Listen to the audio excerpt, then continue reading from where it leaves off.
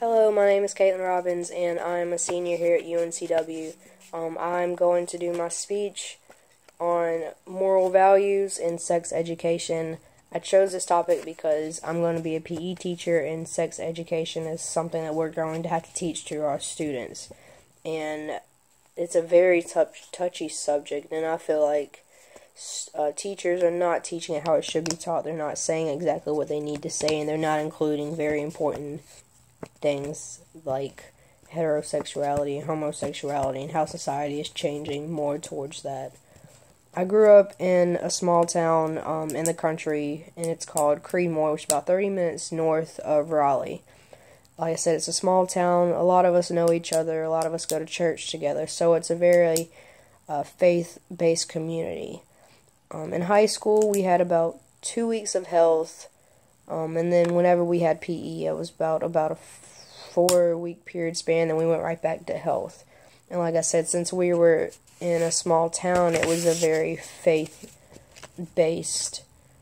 health class. And in our sex ed class, it was based off of fear, and it was also based off of moral values like abstinence, which is something that a big faith-based community would talk about, rather than the different things like what if a female wanted to have sex with a female, what if a male wanted to have sex with a male, different types of condoms like the internal and external condoms, birth control wasn't ever taught, and other type of contraceptives weren't taught because, like I said, we're a faith-based community, so we weren't supposed to have sex until we were married.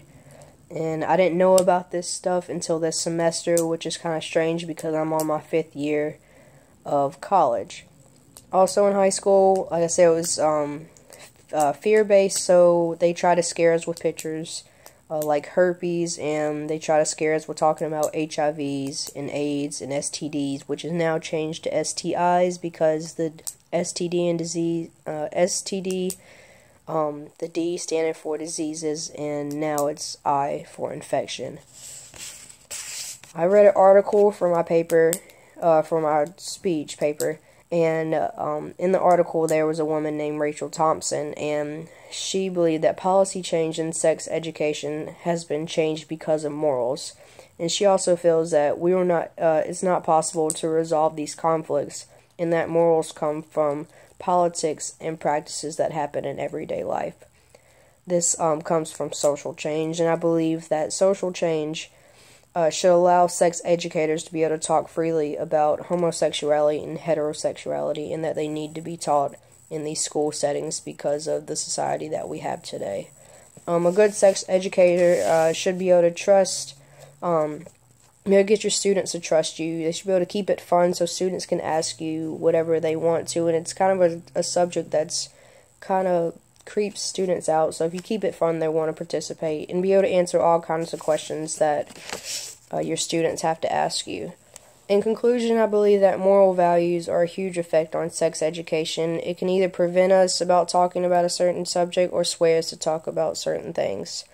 Sex education isn't something that schools should take lightly and skip over important things. Schools should tell their students everything so that they don't want to go out and explore and experiment on their own.